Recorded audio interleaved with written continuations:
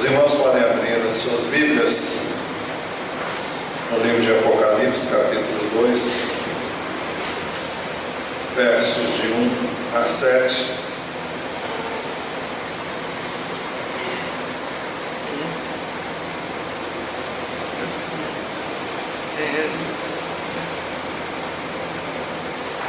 Os irmãos acabaram de sentar-se, mas vamos levantar. Daqui a pouco você volta a sentar.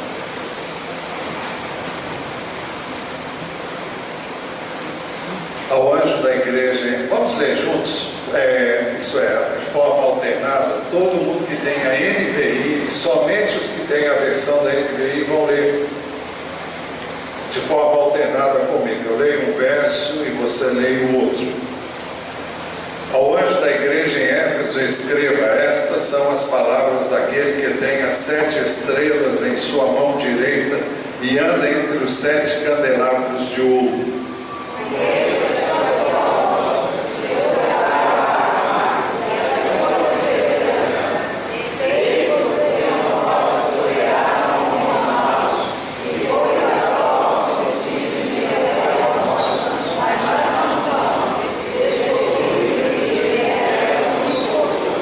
Você tem perseverado e suportado sofrimentos por causa do meu nome e não tem desfalecido.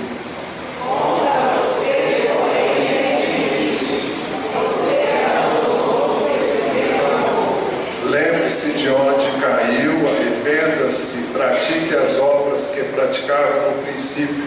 Se não se arrepender, virei a você e tirarei o seu candelabro do lugar dele.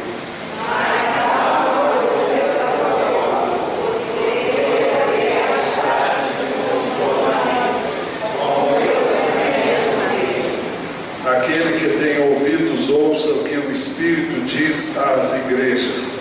Ao vencedor darei o direito de comer da árvore da vida que está no paraíso de Deus. Os irmãos podem assentar-se.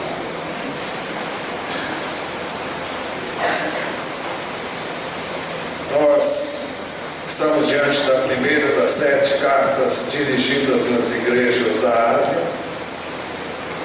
Há uma ordem para escrever ao anjo da igreja de Éfeso. Ao anjo da igreja em Éfeso escreva. Bom, já entrou aí, tá bom. Eu queria estar com a minha lanterninha, mas eu não tenho como ver agora. Aqui nós temos um mapa do Império Romano no tempo de Cristo, e para os irmãos terem uma ideia, essa região todinha aqui, onde está Jerusalém, é o território de Israel. Mais em cima nós temos a região de Tiro, Sidom, depois Antioquia, da Síria, e aqui está a igreja de Éfeso. A igreja de Éfeso era uma das que ficavam na Ásia Menor ali, ó. Aqui, mais em cima ali.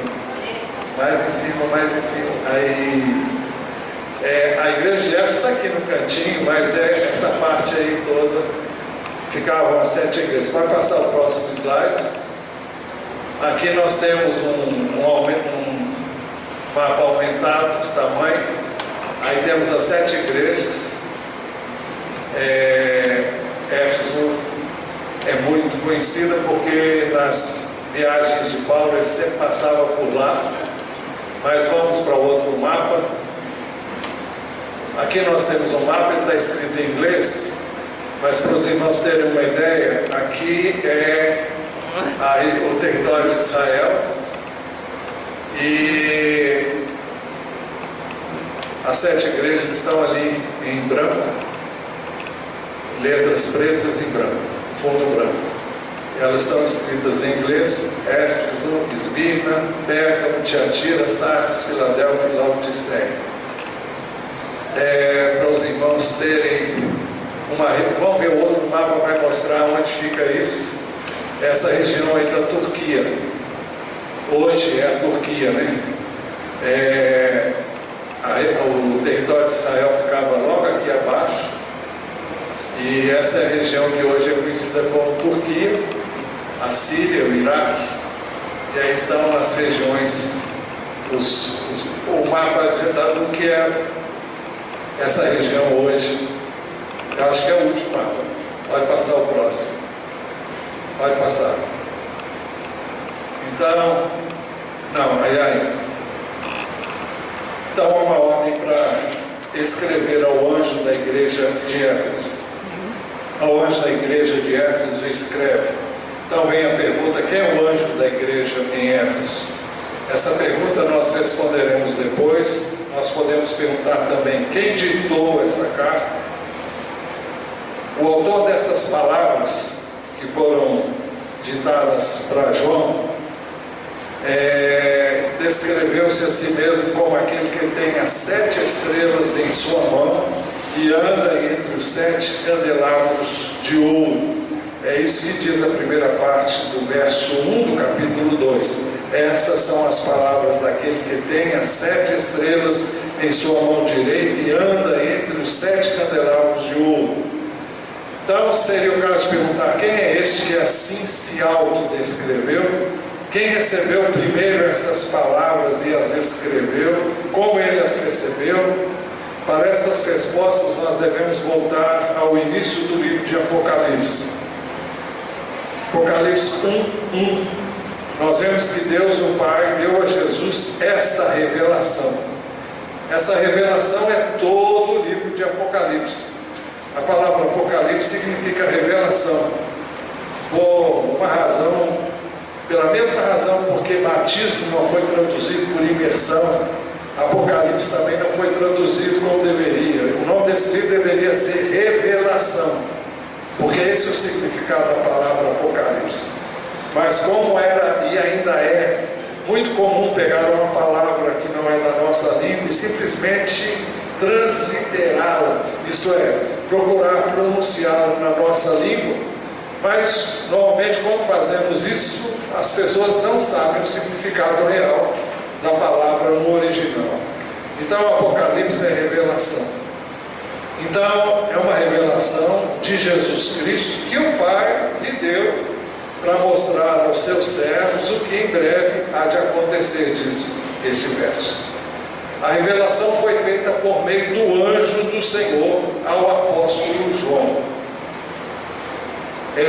O texto diz: ele enviou o seu anjo para torná-la conhecida ao seu servo João, que dá testemunho de tudo que viu, isto é, a palavra de Deus e o testemunho de Jesus Cristo. O anjo do Senhor é aquele que representa o Senhor. Ele fala em nome do Senhor, ele deve ser honrado como se fosse o Senhor. É alguém que representa o Senhor. A sua palavra é a palavra do Senhor. O que ele faz é o Senhor fazendo. Sempre na Bíblia, quando fala em o anjo do Senhor, é uma referência a um anjo que realmente representa o Senhor, com todas as características. Muito bem, o apóstolo João disse como recebeu esta revelação e a incumbência de escrever e enviá-la às 7 igrejas da Ásia. Isso está nesse texto aí. No dia do Senhor achei-me no Espírito e ouvi por trás de mim uma voz forte como de trombeta, que dizia: escreva no livro que você vê e envie a estas 7 igrejas: Éfeso, Esmirna, Pérgamo, Tiatira, Sardes, Filadélfia e Laodiceia. O que nós temos no livro de Apocalipse deveria ser enviado a estas 7 igrejas. O apóstolo João descreveu aquele que falava com ele, e ele o fez a partir do verso 12, onde ele diz: voltei para ver quem falava comigo. Voltando, vi 7 candelabros de ouro, e entre os candelabros alguém semelhante a um filho de homem, com uma veste que chegava aos seus pés, e um cinturão de ouro ao redor do peito. Sua cabeça e seus cabelos eram brancos como a lã branca, tão brancos como a neve. Seus olhos eram como chama de fogo, Seus pés eram como bronze numa fornalha ardente, e a sua voz como o som de muitas águas. Tinha na mão direita 7 estrelas, e da sua boca saía uma espada afiada de 2 gumes. Sua face era como o sol quando brilha em todo o seu fulgor. Quando vi, caí aos seus pés como morto. Então ele colocou a sua mão direita sobre mim e disse: não tenha medo, eu sou o primeiro e o último, sou aquele que vive. Estive morto, mas estou vivo para todo sempre, e tenho as chaves da morte e do Hades, ou inferno. Escreva, pois, as coisas que você viu, tanto as presentes como as que acontecerão. Como é fácil entender, é uma descrição de Jesus Cristo, nosso Senhor. Mas pode parecer estranho. Você pode ver aqui, diz que uma espada sai da boca dele. É uma descrição que tem vários simbolismos. E quando diz que a espada sai da boca de Jesus, está falando do poder da palavra dele, que é como uma espada que penetra até a divisão de alma e do espírito, como diz a Epístola aos Hebreus.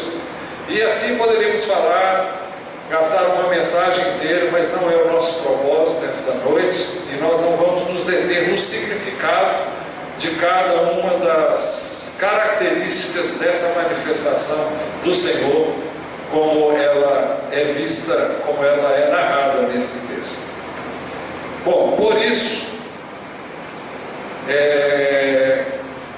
Jesus descreveu-se a si mesmo como aquele que tem as 7 estrelas em sua mão e anda entre os 7 candelabros de ouro. Ele disse aqui que no verso 16 do capítulo 1, que ele tinha em sua mão direita 7 estrelas, e da sua boca, bom, é o que eu queria destacar. 16, tinha na sua mão direita 7 estrelas. Mas depois no capítulo 2, que é onde nós estamos vendo agora, o texto diz: estas são as palavras daquele que tem as 7 estrelas em sua mão direita e anda entre os 7 candelabros de ouro. Seria o caso então de perguntarmos: quem são as 7 estrelas e os 7 candelabros? Algumas versões diz candeeiros, podíamos chamar também de candeias. O significado das 7 estrelas e dos 7 candelabros de ouro encontra-se no primeiro capítulo ainda, no verso 20.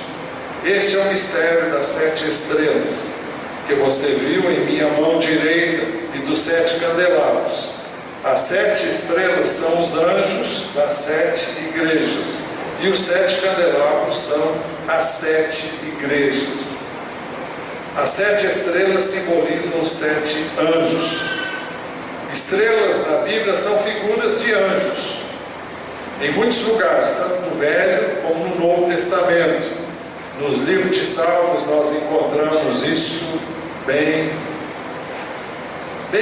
não vou dizer tão claro, mas está lá para quem quer ver, quem consegue perceber, está lá. Quem são os anjos das 7 igrejas da Ásia? Nós temos aqui 2 possibilidades. Uma é que muitos pensam que cada igreja teria um anjo sobre ela. Eu sei que você sabe, se não sabe, houve uma ocasião em que Pedro foi preso, e quando ele foi liberto, ele bateu na casa de João Marcos, e quando ele bateu, uma criada veio atender, o nome dela era Rode, se não me engano, e ela olhou, viu que era Pedro, mas ela falou: Pedro está na prisão, então quem está aqui não é Pedro. Então ela disse: é o seu anjo. Não, ela saiu e foi contar lá dentro. Então eles disseram que não era Pedro, devia ser o seu anjo. Havia uma crença no tempo do Novo Testamento, e que vinha de tempos recuados, segundo a qual cada pessoa tem um anjo que corresponde à pessoa dela. Esse anjo seria parecido com ela E esse anjo seria o que você talvez conheça como anjo da guarda de cada um. A Bíblia não diz nada disso, exatamente sobre isso, mas apenas aquilo que nós encontramos na Epístola aos Hebreus, no capítulo 1, no verso 14, onde diz: os anjos não são todos eles espíritos ministradores enviados para servir aqueles que hão de herdar a salvação? O que nós sabemos das Escrituras quanto aos anjos é o fato de que eles são espíritos ministradores enviados naturalmente por Deus para servir a nós que vamos herdar a salvação. No Velho Testamento nós temos também outras referências aos anjos, e a Bíblia diz que o anjo do Senhor acampa-se ao redor dos que o temem e os livra. Muito bem. Agora, seria um entendimento. Então, sobre cada igreja haveria um anjo. A semelhança do que se crê, haja um anjo para cada pessoa que teme ao Senhor.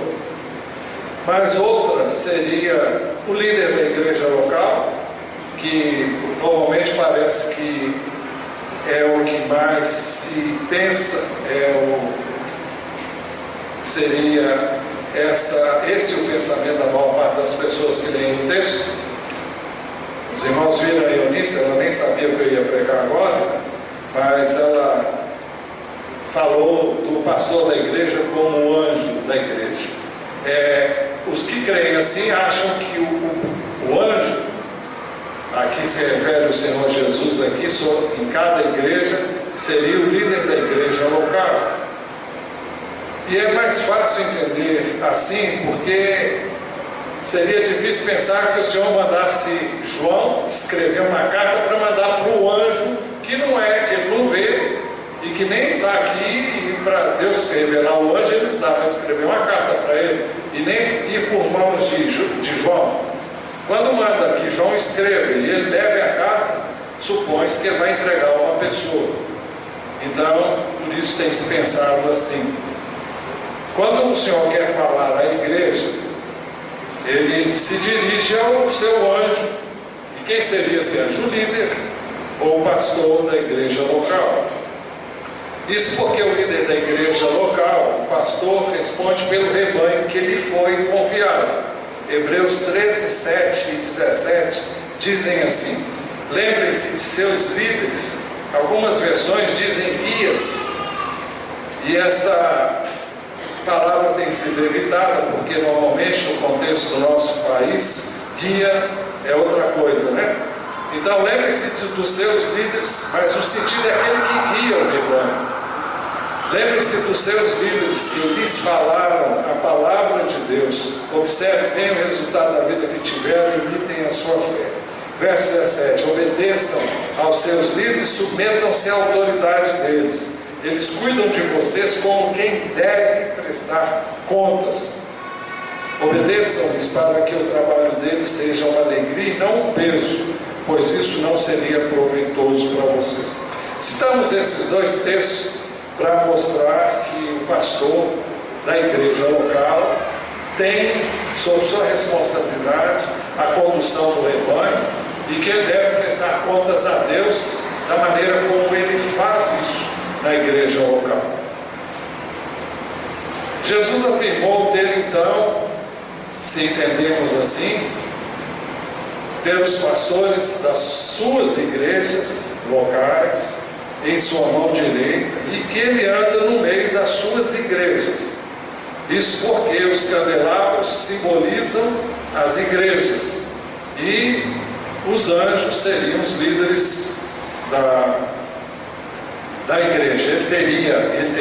Ele tem nas mãos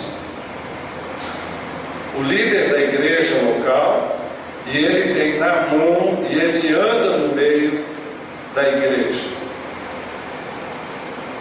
Ao anjo da igreja em Éfeso escreva: estas são as palavras daquele que tem as 7 estrelas em sua mão direita e anda entre os 7 candelabros de ouro.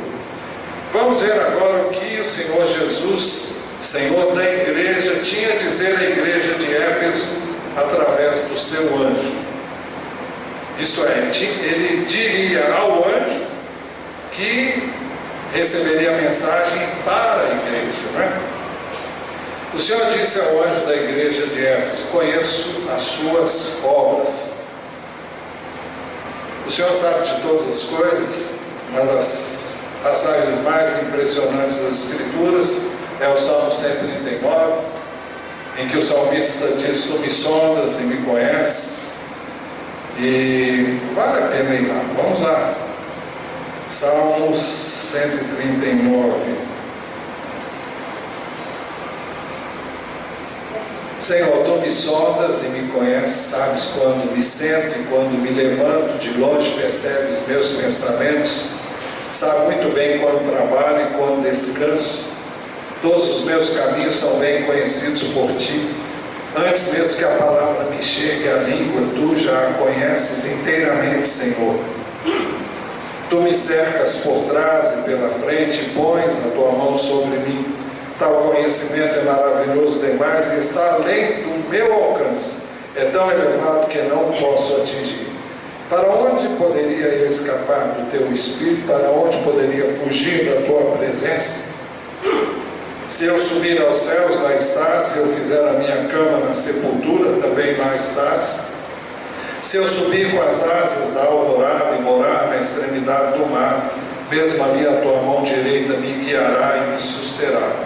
Mesmo que eu diga que as trevas me encobrirão e que a luz se tornará noite ao meu redor, verei que nem as trevas são escuras para ti. A noite brilhará como o dia, pois para ti as trevas são luz. Então fala de um conhecimento que Deus tem, que realmente é extraordinário. E Jesus vem e diz: conheço as tuas obras. Eu sei o que você igreja, está fazendo. Eu sei o que é que você, igreja, está fazendo. O Senhor fez 7 elogios acerca da igreja, ou a igreja de Éfeso. Primeiro elogio: o seu trabalho árduo. Isso é que diz o texto. Conheço as tuas obras, o seu trabalho árduo, é a primeira coisa que ele menciona. Era uma igreja que trabalhava, era uma igreja operosa, uma igreja que realmente arregaçava as mangas para servir ao Senhor e fazer a sua obra. Isso é louvável, isso é realmente importante, e o Senhor elogia. Esse é o primeiro elogio à igreja de Éfeso, o trabalho árduo da igreja. Jesus diz que o Pai e o Filho trabalham continuamente. Disse-lhe Jesus: meu Pai continua trabalhando até hoje e eu também estou trabalhando. Alguém pode pensar que depois da criação Deus descansou eternamente. Jesus deixou claro que não é bem assim. Aquilo tem um simbolismo, tem um significado, e se aplica muito mais a nós do que ao próprio Deus. Deus não para, Deus trabalha continuamente, Deus age constantemente. E se Ele faz isso, que diremos nós? Se Ele precisa fazer isso, o que nós não temos que fazer? Nós devemos servir com ardor e com dedicação, com zelo. Eu entendo que o meu trabalho e o seu trabalho devem ser realizados com excelência. Eu creio que nós temos que dar o melhor. Nós temos que dar o melhor e não o resto, e não mais ou menos, ou não aquilo que dá para fazer. Não, eu devo fazer o melhor para Deus. Eu estou servindo em nome dEle, eu estou agindo em nome dEle. A palavra do Senhor diz que tudo que nós fizermos devemos fazer em nome do Senhor Jesus, dando sempre graças ao Pai por todas as coisas. Então, nós devemos fazer com excelência. Eu creio que já vimos em outras mensagens aqui que Deus não é Deus de improviso, Deus não é Deus de última hora, Deus não é de fazer as coisas em cima dos joelhos, como se costuma dizer. Deus é um Deus que faz as coisas com antecedência, se prepara, e tudo dele foi feito com antecedência. Então nós devemos ter esse cuidado também. E isso é elogiado aqui. Jesus disse, bom, Jesus nos ensina também a trabalhar não tanto pelas coisas desse mundo, mas pela comida que permanece para a vida eterna. João 6:27, ele diz: não trabalhem pela comida que se estraga. Normalmente nós trabalhamos, até segundo a Bíblia, porque a fome nos faz trabalhar. Nós trabalhamos para suprir as necessidades de alimentação, mas não somente essa, mas outras que são decorrentes dos tempos que vivemos: casa, roupa e todas as outras coisas que nós precisamos. Jesus diz: não trabalhem pela comida que se estraga, mas pela comida que permanece para a vida eterna, a qual o Filho do Homem lhes dará.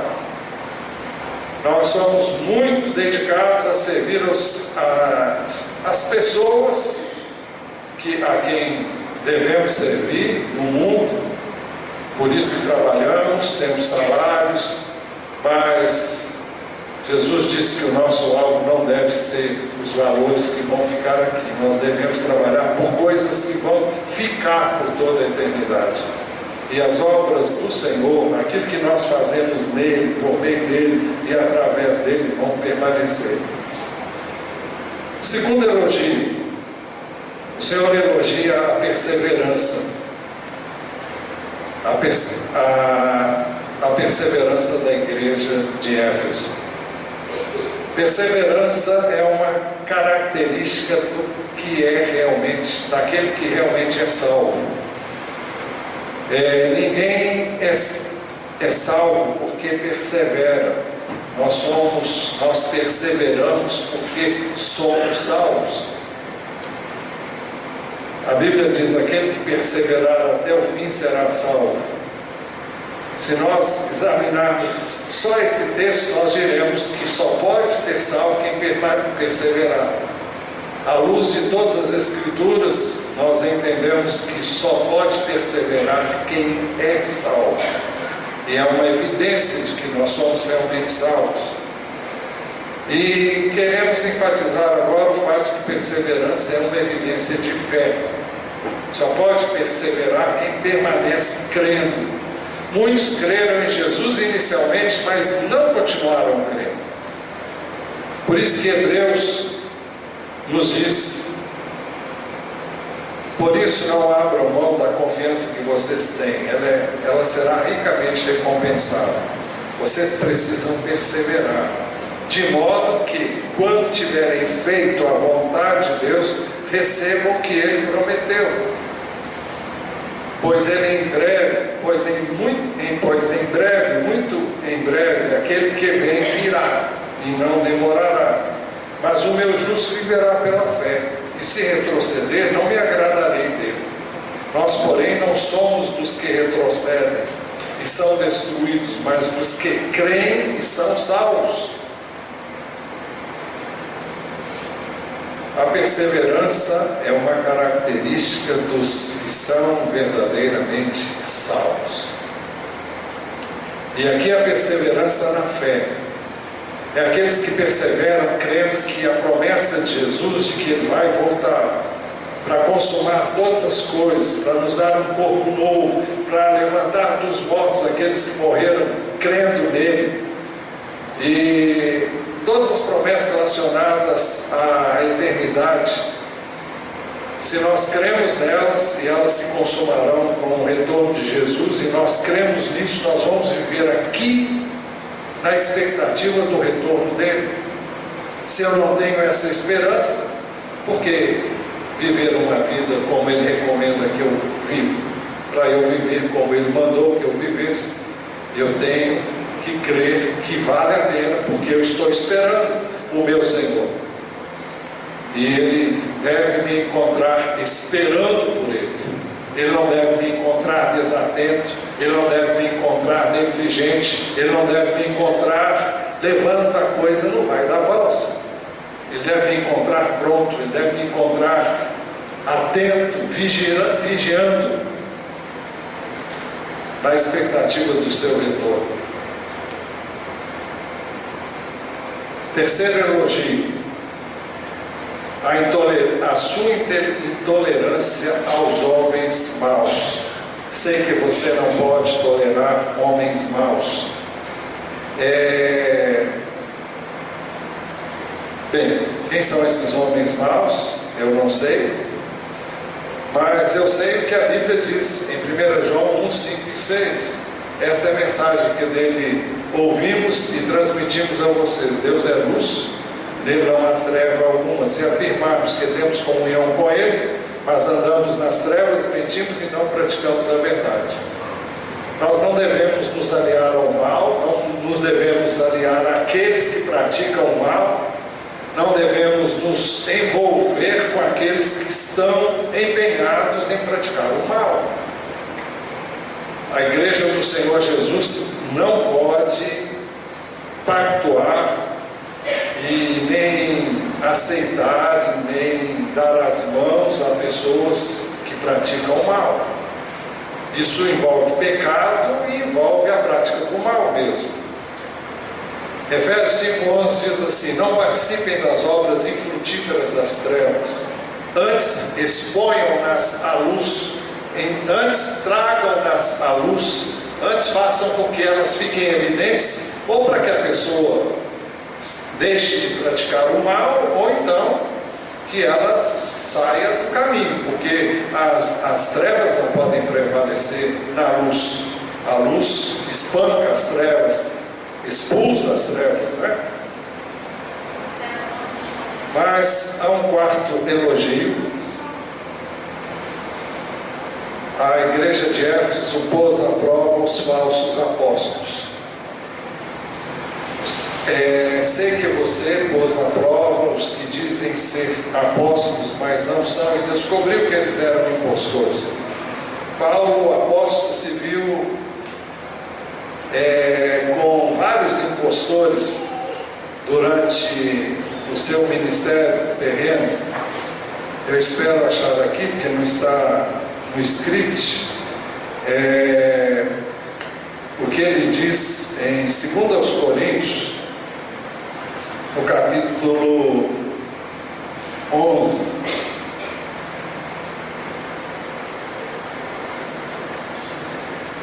Ele diz assim no verso 3: o que receio e quero evitar é que, assim como a serpente enganou Eva com astúcia, a mente de você seja corrompida e se desvie da sua sinceridade e pura devoção a Cristo. Assim, se alguém lhes vem pregando um Jesus que não é aquele que pregamos, ou se vocês acolhem um espírito diferente do que acolheram, ou um evangelho diferente do que aceitaram, vocês o toleram com facilidade. Todavia, não me julgo nem um pouco inferior a esses superapóstolos. Eu posso não ser um orador eloquente, contudo tenho conhecimento. De fato, já manifestamos isso a vocês em todo tipo de situação. Pouco mais adiante, eu acho que é um texto que fala que eles podem se transformar até em anjos de luz. É o verso 14. Então vamos lá. Verso 13. Pois tais homens são falsos apóstolos, obreiros enganosos, fingindo-se apóstolos de Cristo. Isso não é de admirar, pois o próprio Satanás se disfarça de anjo de luz. Portanto, não é surpresa que os seus servos finjam que são servos da justiça. O fim deles será como as suas ações merecem. Então, são situações como essas que estão sendo ditas aqui por Jesus. Sei que você pôs à prova os que dizem ser apóstolos, mas não são, e descobriu que eles eram impostores. Eram pessoas que se faziam de apóstolos e ensinavam coisas que não eram exatamente o evangelho como realmente deveria ser pregado e anunciado. Apóstolo significa alguém enviado com uma missão, é aquele que recebeu um chamado de Deus para realizar a sua obra. Isso tem mais a ver com o que nós conhecemos hoje como missionários, alguém que começa um trabalho novo, vai pregar o Evangelho onde ele ainda não foi pregado, e começa do zero o trabalho. Foi assim que essa igreja começou. Ela foi fundada por um homem que era literalmente um apóstolo. Ele se chamava Salomão Gisborne. Hoje nós cantamos poucos hinos do cantor cristão e quase não cantamos mais hinos do cantor cristão, porque surgiu um outro cantor que a gente usa, que mudou algumas letras, atualizando-as, e algumas de suas letras e algumas de suas músicas, por causa de coisas que não seriam mais tão fáceis de entender, porque a linguagem vai sendo mudada. Mas ele escreveu vários hinos do cantor cristão, hinos lindos, hinos muito especiais, e que nós deveríamos ainda cantar, e devemos cantar. Mas devemos saber que a questão dos falsos apóstolos é mencionada aqui porque a igreja do Senhor é sempre visada pelos lobos, que não poupam o rebanho. E Paulo, falando aos pastores da igreja de Éfeso, quando ele se encontrou com eles numa reunião convocada na cidade de Mileto, que ficava perto de Éfeso, ele disse em Atos 20, 29 e 30: sei que depois da minha partida, lobos ferozes penetrarão no meio de vocês e não pouparão o rebanho. E dentre vocês mesmos, pastores, ele está dizendo, se levantarão homens que torcerão a verdade a fim de atrair os discípulos. Pessoas que não teriam nenhum escrúpulo para realmente prometer coisas, como acontece hoje aí, coisas extraordinárias, e muitas delas que não têm base na palavra de Deus, com o propósito de atrair, com finalidade de ganhar din-din na exploração dessas pessoas. Quinto elogio: a igreja de Éfeso suportava sofrimentos por causa do nome de Jesus. Ele diz: você tem perseverado e suportado sofrimentos por causa do meu nome. A igreja do Senhor tem o privilégio de crer e também de sofrer por causa de Jesus, pois a vocês foi dado o privilégio de não apenas crer em Cristo, mas também de sofrer por Ele, já que estão passando pelo mesmo combate que me viram enfrentar e agora ouvem que ainda enfrentam.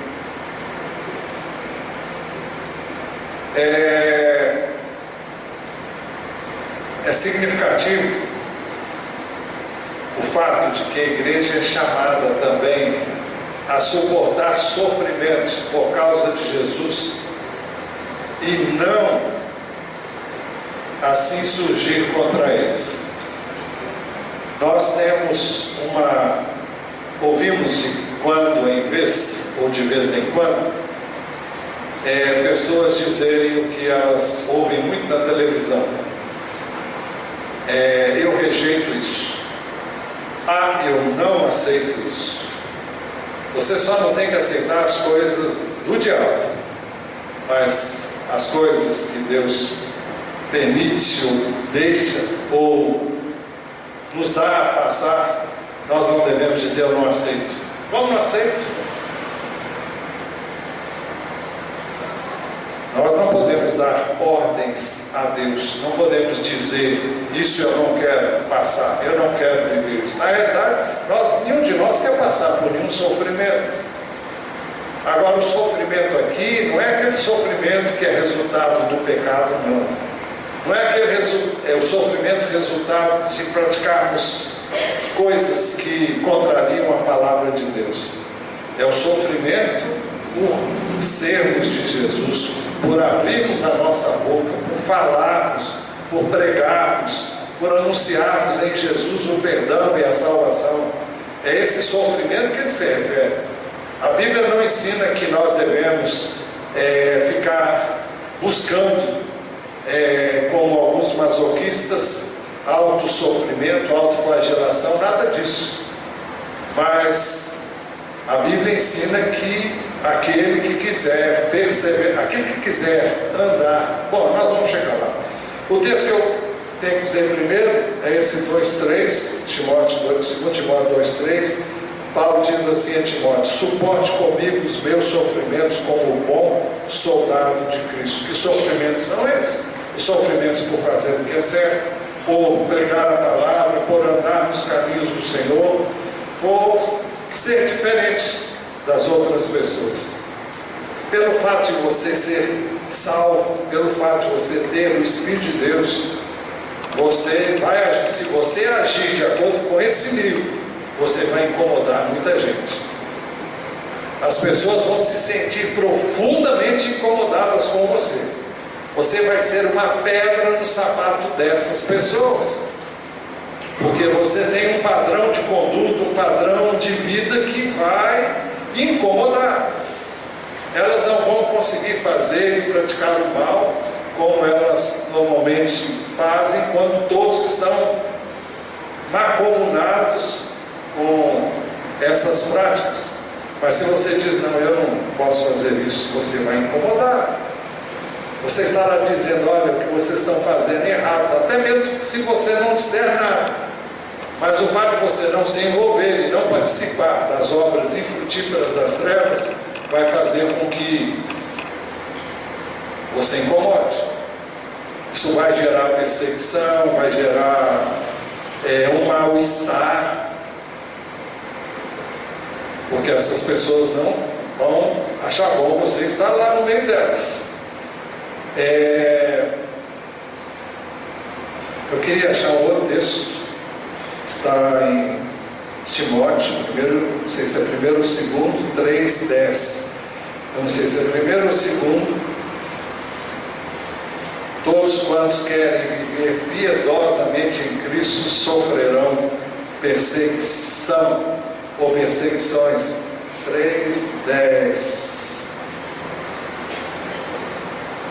Então deve ser 2 Timóteo. 2 Timóteo 3. Não é 10, não, é 12. De fato, todos que desejam viver piedosamente em Cristo serão perseguidos. Todos que desejam viver piedosamente em Cristo Jesus serão perseguidos. Se nós não estamos sofrendo nenhum tipo de perseguição, é porque nós não estamos agindo como deveríamos agir. Não estamos abrindo a nossa boca, não estamos nos posicionando como cristãos. Então, o quinto elogio: você tem perseverado e suportado os sofrimentos por causa do meu nome. Vem o sexto elogio: diante das dificuldades, a igreja de Éfeso não havia desfalecido. Você tem perseverado e suportado sofrimentos por causa do meu nome e não tem desfalecido. Há momentos em que realmente a gente pensa que não vai aguentar. Há momentos em que as lutas se multiplicam e há momentos em que parece que tudo parece acontecer a um só tempo. E você pensa: eu não vou dar conta. E você não dá conta mesmo. Aí entra a graça de Deus, entra o poder de Deus, entra a resposta dele às suas orações. Há um texto que eu tenho citado para os irmãos e que eu gosto muito, e ele deve sair no próximo boletim pessoal de oração, está no Salmo de número 50. Eu gosto mais de uma outra versão, verso 15. Clame a mim no dia da angústia, eu livrarei e você me honrará. A outra versão acho que diz: clama a mim no dia da angústia, eu te livrarei e tu me glorificarás. Então, a angústia vem, as pressões vêm, as dificuldades vêm, mas quando nós pensamos que não vamos aguentar, o Senhor vem com o seu socorro. Para os sofrimentos no serviço dele, o Senhor concede graça para que nós não desanimemos. Sempre que nós quisermos servir ao Senhor, e com certeza está em pauta isso, nós vamos sofrer pressões e objeções e uma série de situações vão surgir para procurar impedir-nos de continuar. Paulo escreve assim, 2 Coríntios 4:1, depois os versos 16 e 17: portanto, visto que temos este ministério, pela misericórdia que nos foi dada, não desanimamos. Algumas versões dizem: não desfalecemos. Depois no verso 16: por isso não desanimamos, embora exteriormente estejamos a desgastar-nos, interiormente estamos sendo renovados dia após dia, pois os nossos sofrimentos leves e momentâneos estão produzindo para nós uma glória eterna que pesa mais do que todos eles. O que ele está dizendo é o seguinte: nenhuma pessoa sofre continuamente. São situações que nós vivemos que, se fosse continuamente, talvez não pudéssemos suportar. Embora, se tiver que acontecer, Deus vai nos dar graça também para isso. Mas ele compara os sofrimentos como leves e momentâneos, comparados com aquilo que Deus tem reservado para nós, como resultado da nossa disposição de suportar essas situações e ser nelas, por meio de Jesus, vitoriosos. O sétimo e último elogio, era o ódio. Estranho, né? O ódio que a igreja tinha às práticas dos nicolaítas. Apocalipse 2:6: mas há uma coisa a seu favor, você odeia as práticas dos nicolaítas, como eu também as odeio. O crente tem que amar o tempo todo, o crente tem que amar as pessoas, mas o crente tem que odiar o mal, e tem que odiar aquilo que é errado, aquilo que é pecaminoso, aquilo que é contra a palavra de Deus. O Senhor odeia o mal, e o Senhor diz na Bíblia que Ele odeia muitas coisas que eu e você devemos odiar. Agora, as pessoas devem ser amadas. Aquilo que as pessoas fazem de errado, nós devemos odiar, mas não podemos odiar as pessoas. E a igreja de Éfeso, ela odiava a prática dos nicolaítas. Quem eram os nicolaítas? Nicolaítas no grego significa dominadores do povo. E não é uma dominação boa, é uma dominação má. Significa pessoas que dominavam o povo para o mal. Nós não sabemos muito sobre eles, apenas aquilo que é mencionado na carta que Jesus ditou para João acerca da igreja de Pérgamo. Então há ali uma referência aos nicolaítas, ela não é muito clara, mas eu queria que vocês examinassem esse texto comigo.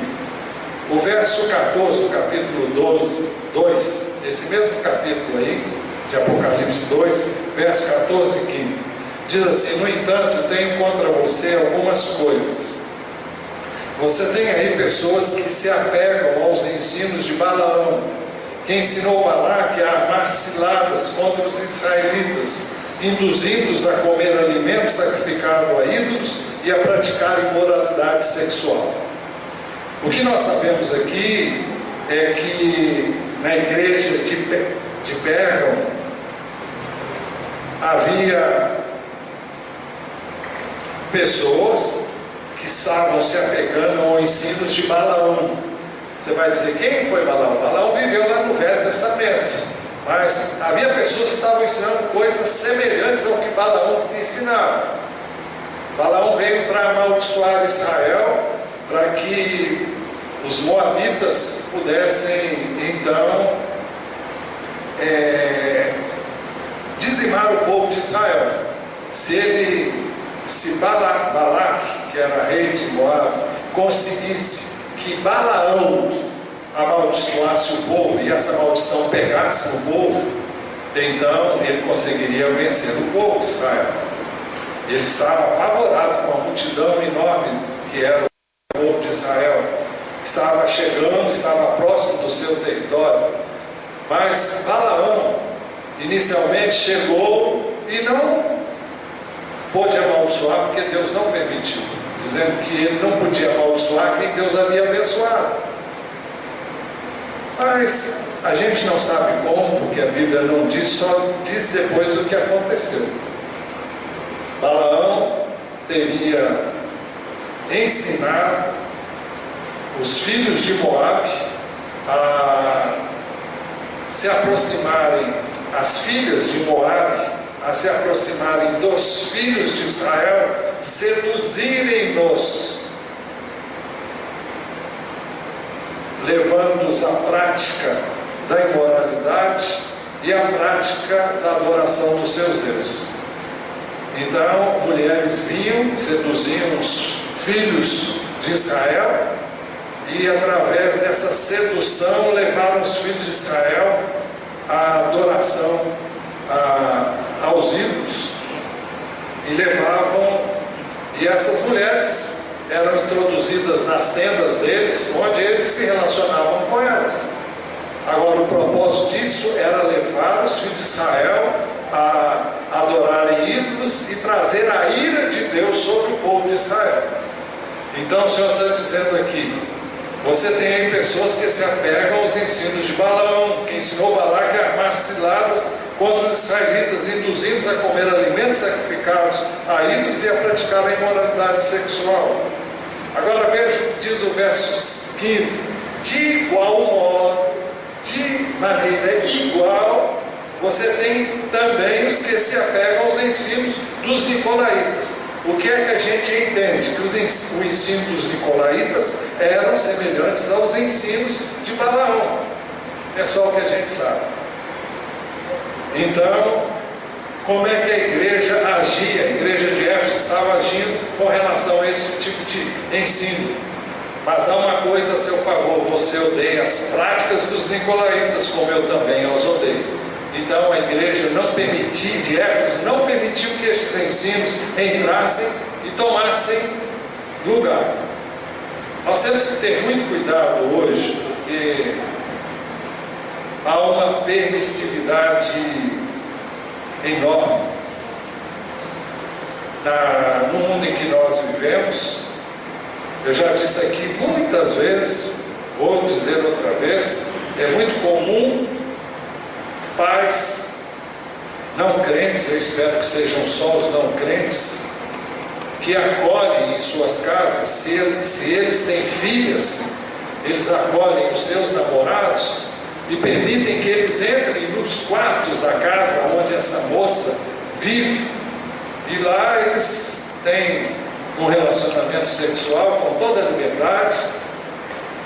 A pessoa dorme nessa casa, no dia seguinte toma o café da manhã, depois vai embora. Vocês já viram mordomia maior?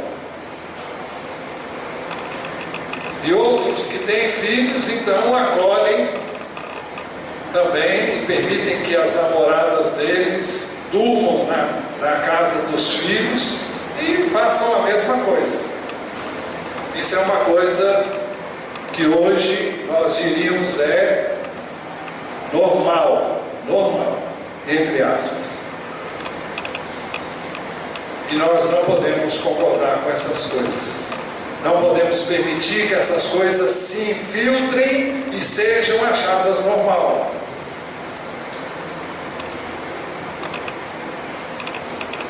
Isso existe na igreja? Eu não sei. Você que tem que me dizer se existe ou não. Se existir, é algo que o Senhor odeia, é algo que Ele abomina, é algo que não está no propósito dEle.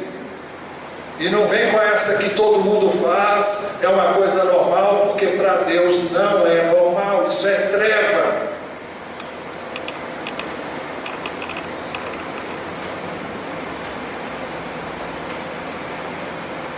Os nicolaítas seriam então gnósticos, combatidos na primeira epístola de João, que eram permissivistas, isto é, permitiam tudo, valia tudo, ensinavam a imoralidade sexual, a libertinagem.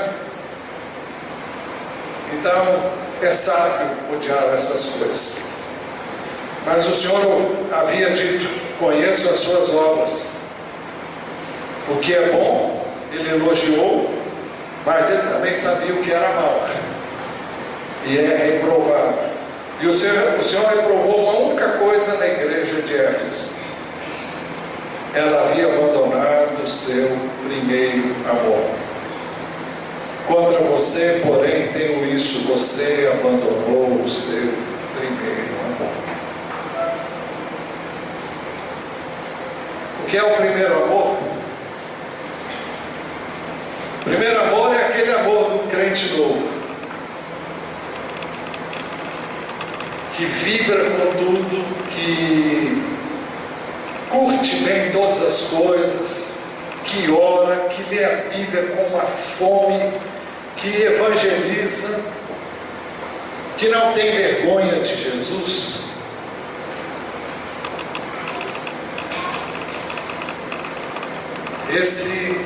É isso que caracteriza o primeiro amor. Ele encontra Jesus, ele veio de uma experiência má, antes de conhecer o Senhor, conheceu o Senhor, e ele quer o Senhor com todas as suas forças.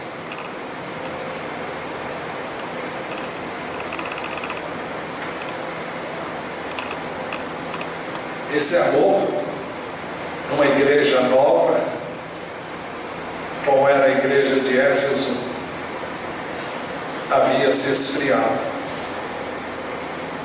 E as pessoas não oravam mais como um dia oravam. As pessoas já não liam a Bíblia mais como liam a Bíblia.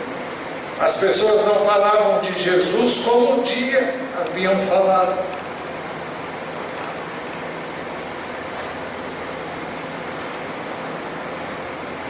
Jesus não era mais a primazia, não era mais prioridade, não tinha o primeiro lugar, não era aquele que causava realmente, não trazia a eles mais alegria. Não é porque o Senhor não pudesse, é porque eles não buscavam essa alegria nele.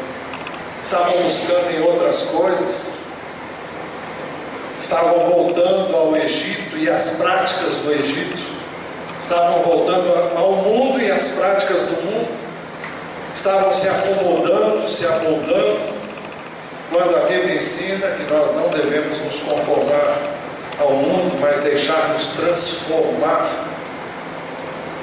pela renovação da nossa mente. Como age a pessoa? Antes disso, eu me lembro de um texto de Jeremias 2:2, em que Deus diz assim para o seu povo: eu me lembro de sua fidelidade quando você era jovem. Como noivo você me amava e me seguia pelo deserto, por uma terra não semeada. É Deus falando do povo seguindo a Ele no deserto. Nem sempre foi um povo fiel, mas naquele tempo o povo seguia o Senhor. Como age a pessoa que ama em relação à pessoa amada? Ela quer estar com a pessoa que ama em todas as ocasiões possíveis e imagináveis. Ela não pode imaginar fazer nada sem o envolvimento da pessoa que ele ou ela ama. E se nós amamos o Senhor tem que fazer parte da nossa vida, de todas as coisas. Ele tem que ir aonde a gente vai, Ele tem que estar onde nós vamos, e tem que estar conosco o tempo todo. Aliás, Ele está. A questão é se nós percebemos que Ele está, ou se nós vamos a lugares onde Ele pode entrar, porque é discutível, será que Ele entra em todos os lugares que nós entramos? Será que Ele diria amém a tudo que falamos? A tudo que fazemos? Será que nós podemos dizer que fazemos todas as coisas em nome dEle? Como age a pessoa que ama em relação à pessoa amada? Ela tem prazer em ouvir a pessoa amada. Ela tem prazer em ler as suas cartas de amor. E quais são as cartas de amor de Deus para nós, do Senhor Jesus? É esse livro aqui. Essas são as suas cartas de amor. Há um trecho no livro de Jeremias que o Senhor diz: com amor eterno te amei, e com laços de misericórdia te atraí a mim. Existem inúmeros textos que o Senhor mostra que tem nos amado, mas o Senhor sempre mostra que nem sempre reagimos bem e correspondemos ao amor que Ele tem por nós. Se alguém ama o Senhor, vai separar tempo para ler a Bíblia, para ler as suas cartas de amor, vai achar tempo para falar com Ele, se Ele realmente é a pessoa mais importante.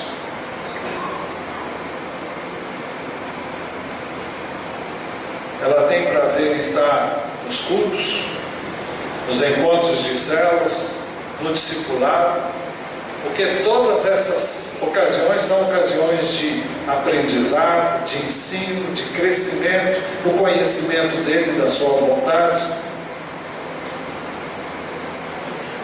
Como age a pessoa que ama em relação à pessoa amada? Ela tem prazer em contar para ela tudo o que acontece. Você conta para o Senhor tudo que você está vivendo, as suas alegrias, as suas tristezas, as suas dores e as suas vitórias? Ou você é daquele que busca a presença dele quando você está com complicações, com dificuldades, e depois nem lembra de voltar para agradecer? As pessoas vivem pedindo oração, mas depois não ligam para dizer se a oração foi atendida, se o problema foi resolvido. Elas simplesmente não falam mais nada. Eu não sei se falam com Deus. Eu sei que comigo elas não falam, quase não. Tem as suas exceções. Mas se você ama alguém, você quer conversar com essa pessoa, você quer estar com essa pessoa, e é muito estranho que você diga eu te amo, Senhor, e durante a semana toda você não tem tempo para essa pessoa. Isso não casa, isso não faz sentido. Isso é religião, isso não é um relacionamento legal. Se você ama alguém, você vai dar um jeito, você vai se virar para estar com essa pessoa. Você vai fazer o possível e o impossível. Sai de baixo, porque eu quero conversar com essa pessoa. E que me desminta você se você for capaz.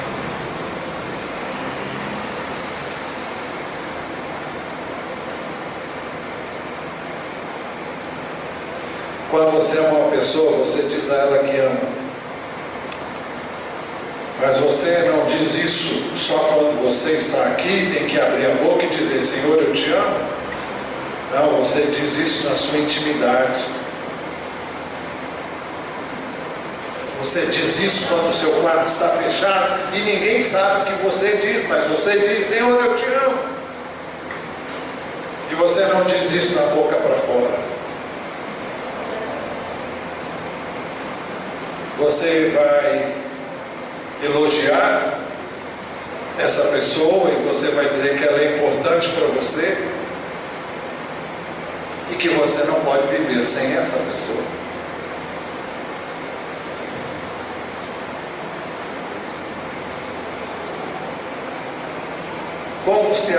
Como age a pessoa que ama em relação à pessoa amada? Você vai demonstrar isso com gestos, ações e atitudes que provam que realmente você ama de verdade. No caso de Jesus, Ele não é apenas o amado da minha alma. Ele é o meu Deus, Ele é o meu Senhor. Ele deu a vida dele por mim. E Ele quer viver a vida dele em mim. Se nós amarmos de fato a Jesus, nós vamos obedecer a sua palavra. João 14, 21 e 23 e 24 dizem assim: quem tem os meus mandamentos e lhes obedece, esse é o que me ama. Aquele que me ama será amado por meu Pai, eu também o amarei e me revelarei a ele. Versículo 23, segunda parte: se alguém me ama, obedecerá a minha palavra. Meu Pai o amará, nós viremos a ele e faremos morada nele. Aquele que não me ama não obedece às minhas palavras. Como age a pessoa em relação à pessoa amada? Quando amamos de fato, quando amamos uma pessoa de verdade, falamos dela o tempo todo para todo mundo. Mateus 12, 34 diz que a boca fala do que está cheio do coração. O que é que sai da sua boca? O que é que você fala? Eu, há algum tempo, ouvi e isso nunca mais esqueci. É um homem que eu não sei quem é, o nome dele é Carl Thomas. Ele escreveu o seguinte: alguns cursos de evangelismo talvez até sejam muito bons, mas eu nunca fiz nenhum, eu já fiz vários, mas eu fiquei maravilhado com o que ele diz aqui. Alguns cursos de evangelismo talvez não sejam muito bons, mas eu nunca fiz um. Eu não consigo ficar quieto a respeito de Cristo. Eu teria que pegar aula sobre como não falar a respeito dele, ou não demonstrar o seu amor.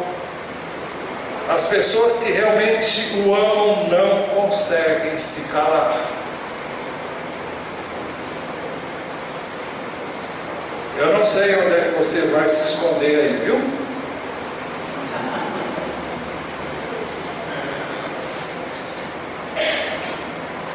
Eu creio que esta é a maior evidência do nosso amor por Jesus, falar dele o tempo todo, em todo o tempo. Foi assim que o Senhor reprovou uma única coisa na igreja de Éfeso. Talvez, eu creio que é a maior reprimenda que alguém poderia receber.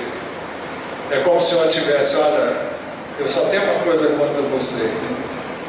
Eu vejo que você não me ama como um dia você me amou. Que coisa mais triste de se ouvir da parte de quem essas palavras foram ditas. Contra você, porém, tenho isso: você abandonou o seu primeiro amor. Por isso o Senhor recomendou 3 coisas. Primeiro, lembre-se de onde caiu. Segunda, arrependa-se. Se eu não estou amando o Senhor como já amei um dia, eu tenho que me arrepender. Antes disso, eu tenho que ver onde tudo começou, como começou, o que foi foi que me levou a deixar de ser o que um dia eu fui? Onde foi que eu deixei de amar o Senhor como eu amava? A partir de que dia, a partir de que momento, o que aconteceu na minha vida que me levou a distanciar-me dele, a viver uma vida superficial, uma vida aparentemente espiritual, mas despojada de profundidade, de significado? É você que tem que responder. Quando foi que tudo começou? Ele diz: lembre-se de onde caiu, volte lá, vá lá e veja onde você errou e arrependa-se. Arrependa-se de ter dado esse furo, de ter permitido que isso começasse a acontecer na sua vida. Em a terceira coisa, pratique as obras que você praticava no princípio. Em outras palavras, volte a fazer o que você fez. Volte a amar como você me amava. Volte a me buscar como você me buscava. Volte a depender de mim como você dependia no passado.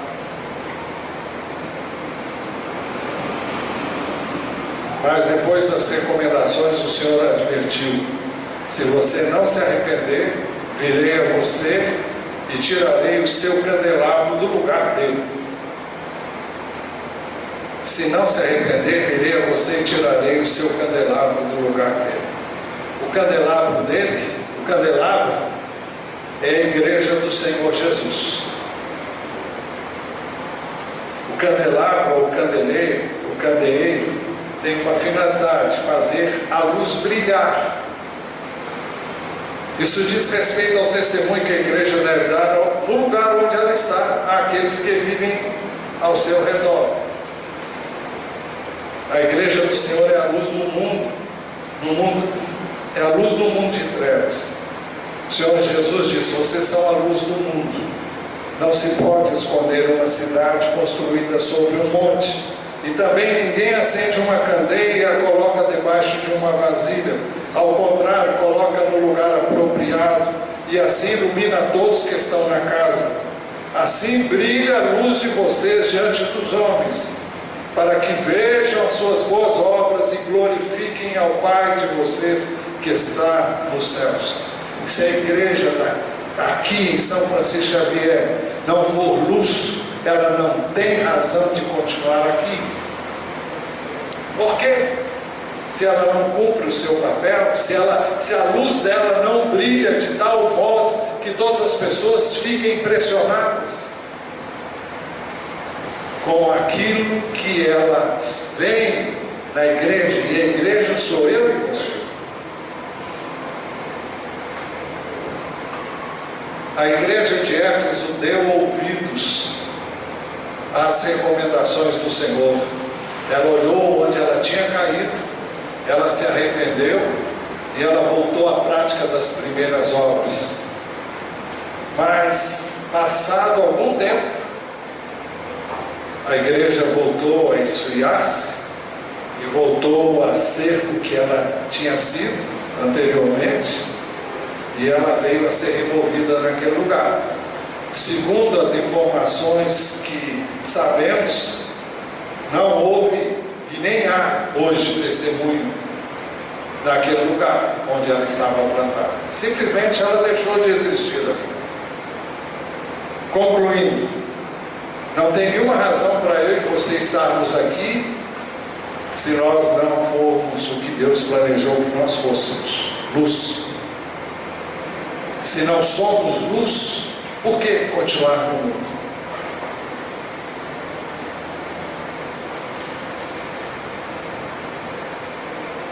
As últimas palavras de Jesus à igreja de Éfeso, e aqui eu concluo, são uma palavra de exortação e uma palavra com promessa. Uma palavra de exortação: aquele que tem ouvidos, ouça o que o Espírito diz às igrejas. Pode ser complicado para você, e eu não queria nem dizer isso agora, mas O Espírito de Deus é aquele que representa o Senhor. Quem está falando é o Senhor Jesus, através do seu Espírito. E uma palavra com promessa: quem vencer terá o direito de comer da árvore da vida no paraíso de Deus. Ao vencedor darei o direito de comer da árvore da vida que está no paraíso de Deus. Os irmãos sabem que desde que o homem pecou, o direito de comer da árvore da vida foi bloqueado. Isso para que o homem não perpetuasse o pecado. Jesus veio, redimiu o homem do seu pecado e deu a ele o direito de comer da árvore da vida. Ele vai comer desse fruto quando ele ressurgir dos mortos, ou quando o seu corpo for transformado e ele for viver eternamente, quando formos viver eternamente com o Senhor.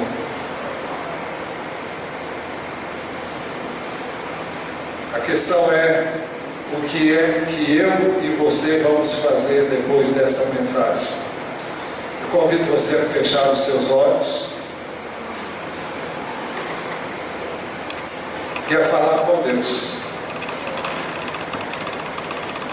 E se for o caso e você sentir que deve, veja onde foi que você caiu, arrependa-se e faça o propósito de voltar à prática